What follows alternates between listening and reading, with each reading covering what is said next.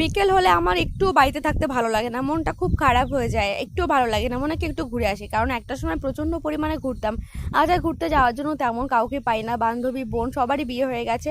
তো আজকে না বেশ ভাল লাগছে না বলে দিদিকে বলেছিলাম, তো দিদি এদিকে রেডি হচ্ছে আর আমিও ঝটপট করে রেডি হয়ে নিলাম। তেমন কিছুই না, নর্মাল একটা ড্রেস পরে জাস্ট একটা ইয়াররিং, লিপস্টিক আর একটা ঘড়ি পরে নিয়েছি। তারপরে ওয়েদারটা দেখলাম তো ভালোই, সেইভাবে বেরিয়েও পড়েছিলাম। তো যাচ্ছিলাম, তো যেতে যেতে কিছুক্ষণ দেখি ওয়েদারটা ঝম করে খারাপ হয়ে গেল, দেখো কি পরিমাণে মেঘ করেছে। সেই জন্য আমরা সবাই খুব রানিংয়েই সাইকেলটা চালাচ্ছিলাম, যেহেতু ছাতা আনিনি, ভুলে গেছি ছাতা আনতে, এই জন্য ভয়ও লাগছে না যেন বৃষ্টিটা হয়। তো এইভাবে দেখো ওয়েদারটা দেখতে দেখতে কিন্তু আমরা প্রায় পৌঁছেই গেছি।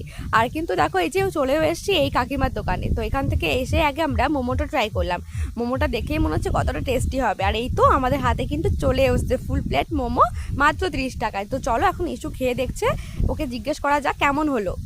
তো দেখে আশা করে বুঝতে পারেছো, এবার আমিও খেয়ে নিই। আমার তো দেখেই জিভে জল চলে এসছে, ও কি দারুণ খেতে ছিল গাইজ, অসাধারণ।